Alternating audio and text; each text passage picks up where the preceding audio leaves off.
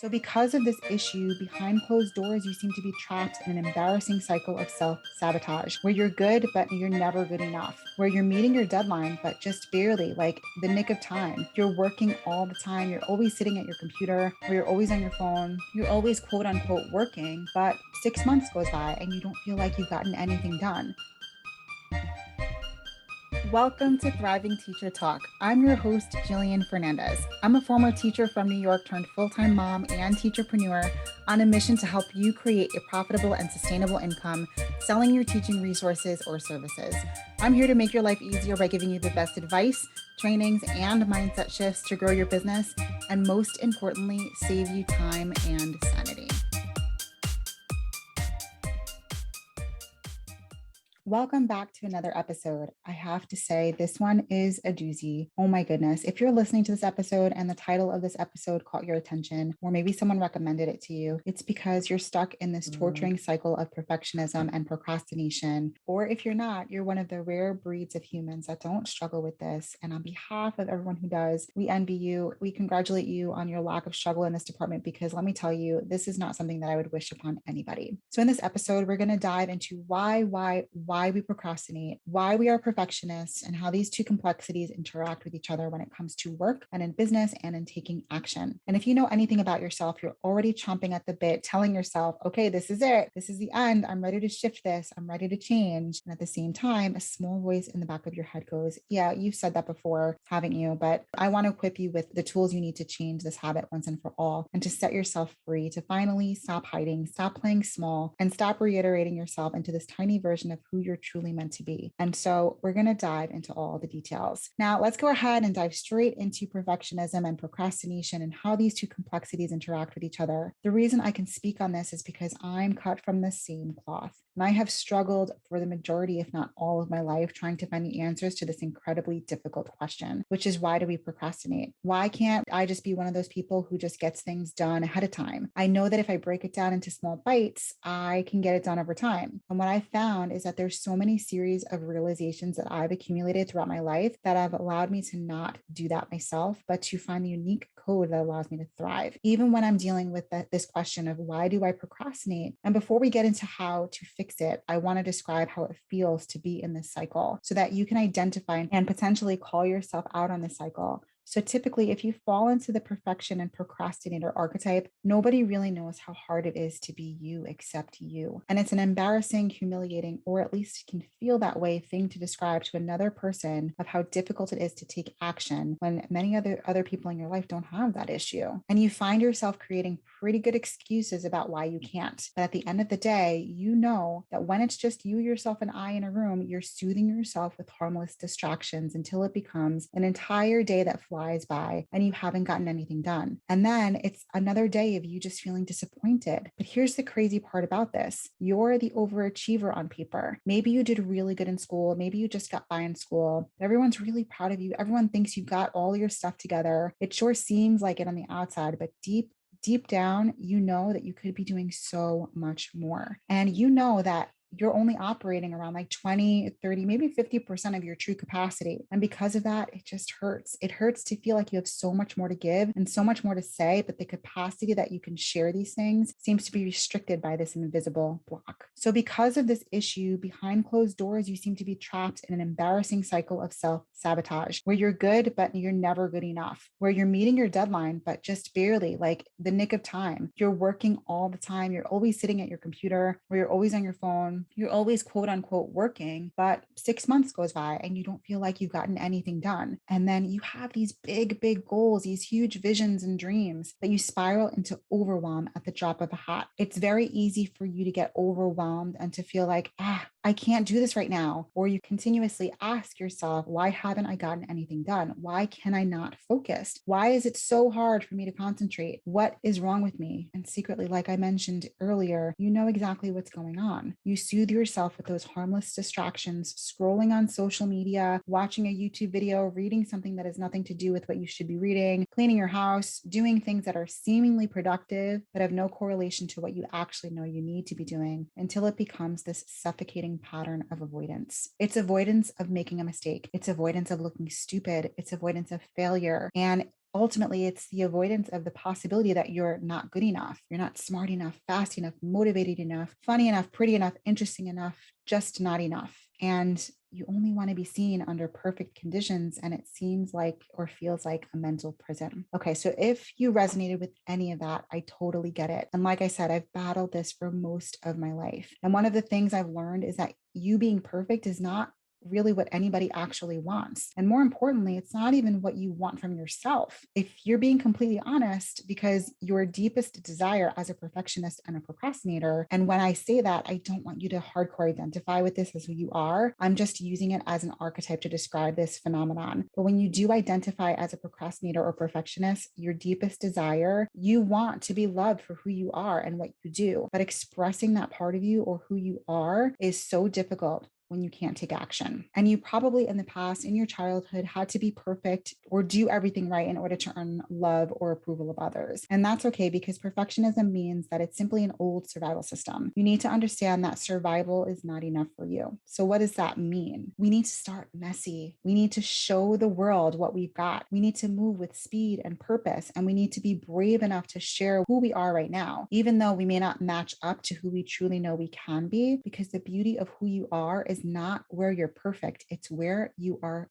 fearless. So you can do this, but I want to explain how these two things, perfectionism and procrastination, interact with each other on a daily basis. And this is what I call the crazy eight cycle of perfectionism and procrastination. So this is what the crazy eight cycle looks like. You start off with a goal, you create this perfectly aligned dream, this vision of what brand you want to have, who you want to be talking to, and what kind of resources you're going to create, and all of this stuff, and what your Instagram feed is going to look like, and what your logo is going to look like, and all of this amazing stuff. And you get so pumped and you envision the perfect outcome for this thing. So you start taking the first step. And then eventually, as you start taking the first steps, stomach starts dropping and you realize you don't know how to do something, or you're taking a long time to do it and you don't know why, or yet that you're getting caught up on what font you should be using or what clip art you should be using or something like that. And eventually self-doubt starts to creep in. So you stop and you put it off.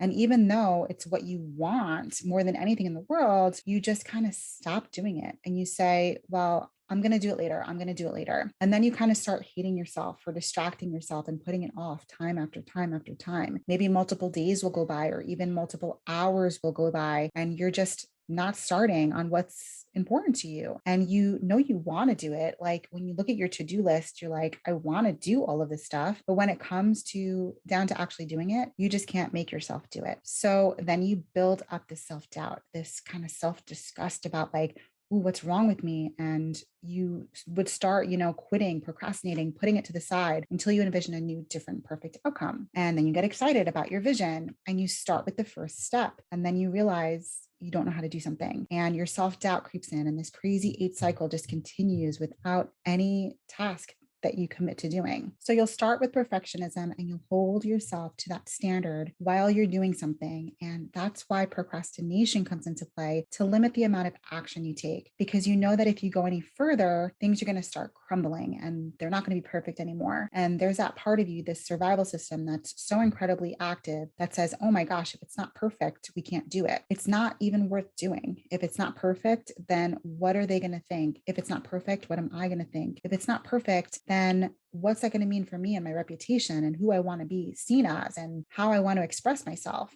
And it's so much pressure. Of course you would, and be able to take action if there wasn't so much pressure attached to every single thing you do right now. A key thing I want to point out is people stop too early when they start to feel self-doubt. So anyway, why do we do this? Why do we even have these self-sabotage systems? Why do some of us struggle with this more than anything else? And this is literally the bane of our existence. And some of us don't have this at all. It comes down to four big reasons why. And after I go into the reasons why, I'm going to equip you with some tools and tactics on how you can change this. So stay tuned for that. But the reason why we start out in our lives as perfectionists or procrastinators is usually because of childhood programming. This childhood programming before we hit the age of 7 in our logical mind and our reasoning brain are really not online. And we are just learning things and getting downloads and literally being programmed into what the world works like. And we need to be or do or give or have in order to receive love and be safe. This is where we learn the most pervasive things that follow us throughout the rest of our lives. Now, the thing about childhood programming is that, yes, it can be done through your parents saying something to you directly or punishing you or rewarding you for something that you did or didn't do, but it can also be learned by modeling, which means you can watch something play out. Like, let's say, for example, your parents or somebody else you see in a relationship where someone is treating another member of the relationship very poorly, and you internalize that as a small child. It's like you learn that's what a relationship is. That's what love is. And unless someone is there to tell you, no, no, no, that's not the way it is, that's not real love, then you will internalize this as something that's normal, something that's,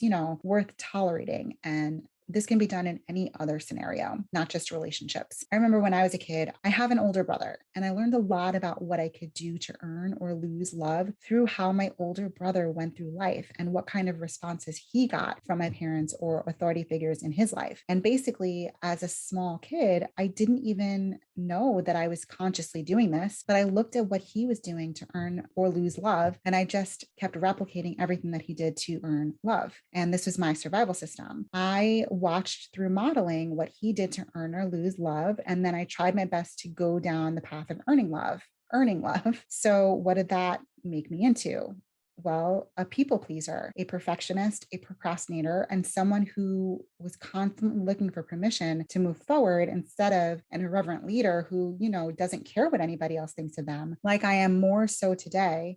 I was definitely in the camp of, I don't want to do anything wrong because I don't want to be punished. I don't want to be left alone. I don't want to be seen in a negative light. I don't want to be rejected. And so I want you to take a moment to just reflect and think back, if you can, to your childhood. And I know that some of us had a really rough time there. And if you can view this time in your life through a lens of unconditional love and compassion, realize that our parents were doing the best that they could with the resources that they had. And sometimes they didn't have very good resources. Sometimes they had great resources. So just think back to that time and figure out what you were programmed to believe, do, or think. What were the biggest values that constantly were ingrained in you as a child or throughout your early teens or high school days? What type of messages did you learn about boundaries or values, about how to be, how to act, how you could be accepted? What would make you rejected? Think about that. And also what we learned through our educational upbringing. If you're anything like me, when you went through your schooling, you understood that there were different outcomes for every assignment and every project. And these outcomes had very different repercussions at home and very different repercussions in school. So just in general, there were two outcomes, right? There was passing and there was failing. And that's what we learned. If we do everything right, correctly, and we do everything perfectly, then we pass. But if we think differently or we're not quite on point or we color outside of the lines, then we fail. So if you're not the type of kid who thrives in an educational system, then you'll go through that experience feeling like a failure because you don't align or can't align with the way that things were being taught and reviewed. So the education system definitely taught us a lot about what we need to do to pass or to fail. And the reason I bring this up is not to say anything bad about the education system. I mean, we're all teachers here. It's just to say, well, look at what it taught us and how that plays out in our life today. Even when there's no punishment today for doing something wrong or doing something perfectly, we still put pressure on ourselves when we don't do things perfectly because of what we were taught on how to survive in the educational system or at home. So this is something to keep in mind. This is one of the reasons that why we play out this drama of needing to do everything perfectly because we're taught to. Another thing we do that affects us in this crazy perfectionism, procrastination cycle is we compare our internal state and our internal way of being with the highlights of other people's lives.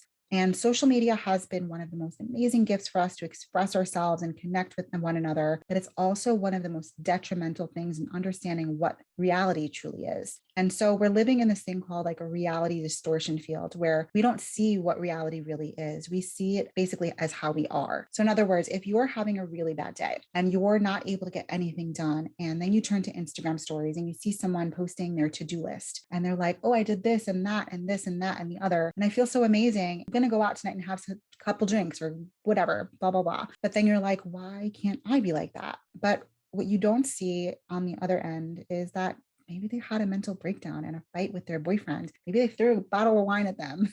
Maybe it was really a terrible day, but they're using social media as a way to, advertise their highlights and their lifestyle. You never know what's actually going on in the background of someone's content. But because of this crazy influx of content consumption that we have at our fingertips through TV, through Instagram, through TikTok, through YouTube, through Facebook, through everything, we're constantly comparing our internal to other people's highlights. And this, again, is a natural survival system. The only way that we can tell if we are fitting in and being safe, because ultimately on a survival basis, the only way to feel safe and fit in is to belong. The only way we can measure where we are in terms of status and safety is by looking around and measuring ourselves to people around us. So this is something that actually is not a problem. In my opinion, it's not a problem to compare yourself. We need comparison to inspire us to become better. We need comparison to help us understand where we're doing something right and where we could continue going, as opposed to where we're falling short of who we actually want to be. But where this goes wrong, where comparison goes wrong, is when it mutates into jealousy or it mutates into self-judgment. And that's where it becomes not helpful. That's where it becomes very detrimental to our mental health and our ability to get things done in our own ways and stay in our own lane. So because of this comparison mutating into jealousy or self-judgment, we're paralyzed by our own internal state because we understand very, very clearly all the things that are wrong about ourselves, but we never really see that from other people. Now, does this mean you need to go ahead and post on Instagram all of your flaws? No, but I think it's up to us as individuals to take the responsibility not to expect everyone to share their dirty laundry online, but to expect ourselves not to compare ourselves to someone who's advertising this perfect lifestyle or this perfect highlight. Another reason why we participate in this crazy 8 cycle is because we're hiding from the fact that we doubt we'll ever be able to actually follow through. The best and simplest and most painful answer that I could give you about why you procrastinate, why you are a perfectionist, is because it's your way of hiding. Perfectionism is a very cute and socially appropriate disguise for crippling insecurity. That's another thing that really hurt when I realized it. And when I accepted that as truth, because I realized that if I was just trying to be perfect, it was because I was masking this incredible sense of insecurity. If I was trying to procrastinate, it was because I was hiding from having to actually follow through. And so I would just waste away my days and scroll or clean my house or do things that were not actually productive for me and for my business. And the fourth reason why we do this is because we're really, really good at creating clever excuses. Now, this is something that is very pervasive because we can't often tell we're creating excuses versus when we're actually, stopped or blocked by something real. And so our excuses could look as harmless as, oh, well, something came up and I wasn't able to get it done today. Like, my dog threw up and I had to clean it up. And then I was just out of it, like my flow wasn't there. And then I couldn't get back into my flow. Or it could be as sneaky as, well, I actually have to do this one thing because I told this person I would do it. So I couldn't do what I wanted to do today, but tomorrow I'm going to do it. And we all have these incredibly clever excuses as to why we keep putting things off. My challenge to you, my invitation to you, is to eliminate all of your excuses, all of them. And I know that's easier said than done, but the reason I'm so committed to this invitation for you to eliminate all of your excuses and to stop tricking yourself into believing that something is getting in your way is because there's a lot you can allow to get in your way. So the question really is, when are you going to get sick of those excuses and commit to doing away with all of them? I can tell you that this is your golden ticket to getting exactly where you want to be in life and exactly who you want to be in life will show up and start integrating into your being. As soon as you burn the bridges to all that keeps you hiding and all that keeps you safe and all that keeps you small, let me tell you. So those excuses need to go. So how can we fix this? Let's dive into some ways that we can help do away with procrastination and perfectionism. Now, you're not lazy. This is another thing I want to make super, super clear. You are not lazy. There's nothing wrong with you. You're not alone. You're going to be okay and you're going to get through this. And this is something that you can absolutely ascend. I'm speaking from experience. You are not lazy. You just need better tools. So here's the first tool I want to give you to your anti-procrastination and perfectionism journey. It's healthy leveraged pressure. Yes. So if you're a procrastinator, you don't have enough healthy leveraged pressure to help you stay accountable to put yourself on the limelight or on the line. So what I recommend for healthy leveraged pressure are a couple of different things. Accountability needs to be your end goal and the thing that you invest your time and energy into formulating right now. What works best for you? Is it maybe creating a co-working date with someone on Zoom and hopping on and doing 1 or 2 hours of uninterrupted time together? This is something we've actually been doing in Thriving Teacher Academy. We've been setting up co-working meetings with our rockstar thriving teachers so that we can get together for a common goal. And you're not there to talk, you're there to hold each other other accountable to working for a block of time and getting a specific project done during that time. So if you need help doing this and getting an accountability partner, guess what you can do? You can simply post on Instagram and say, I'm looking for an accountability buddy who's looking for this too. Or post in our Thriving Teacher Graham Tips Facebook group asking for an accountability buddy and just say who wants to do a virtual work date and hold each other accountable for getting things done. This is something that so many people will leap on in terms of the opportunity to get an accountability buddy that all of us are so desperately starving for right now. So if you want accountability and you need some healthy leveraged pressure, please do that. Another thing to add healthy leveraged pressure is to put due dates on everything that you do and understand that your first iteration is something that you probably will hate, and that's okay. And if you are proud of your first iteration, you haven't moved fast enough. That's something I learned the hard way. If I was proud of all the first resources that I released to the public on TPT, in fact, thinking back now, the resources that I released into the public and launched and shared right away that I was the least proud of and thought were the least perfect are actually the ones that are the highest converting things that I've done. So speed and implementation trump perfection all day long. So just get it out, get it over with. So healthy leverage pressure needs to be the first thing you strive for. The second thing is something I like to call sprint sessions. In other words, this technique is actually called the Pomodoro technique, is a work sprint format where you work for 20 minutes uninterrupted, and you work 20 minutes straight. You just go, go, go. And then you stop at the 20-minute mark. But just to sit there, breathe, drink water, not to distract yourself or stimulate yourself or go on Instagram, nothing like that. Just you can breathe, drink water, walk around, whatever you need to do to completely disengage from the screen for a moment for those 5 minutes. Then you go into another 20-minute sprint of work. And at the end of the 20 minutes, you stop, drop it like it's hot, and then you take another 5 minutes off and you repeat the cycle. So if you do a couple of these sprint sessions, I guarantee your productivity will skyrocket because you're not only training your brain to get into a flow a lot faster, but you're also giving yourself an out.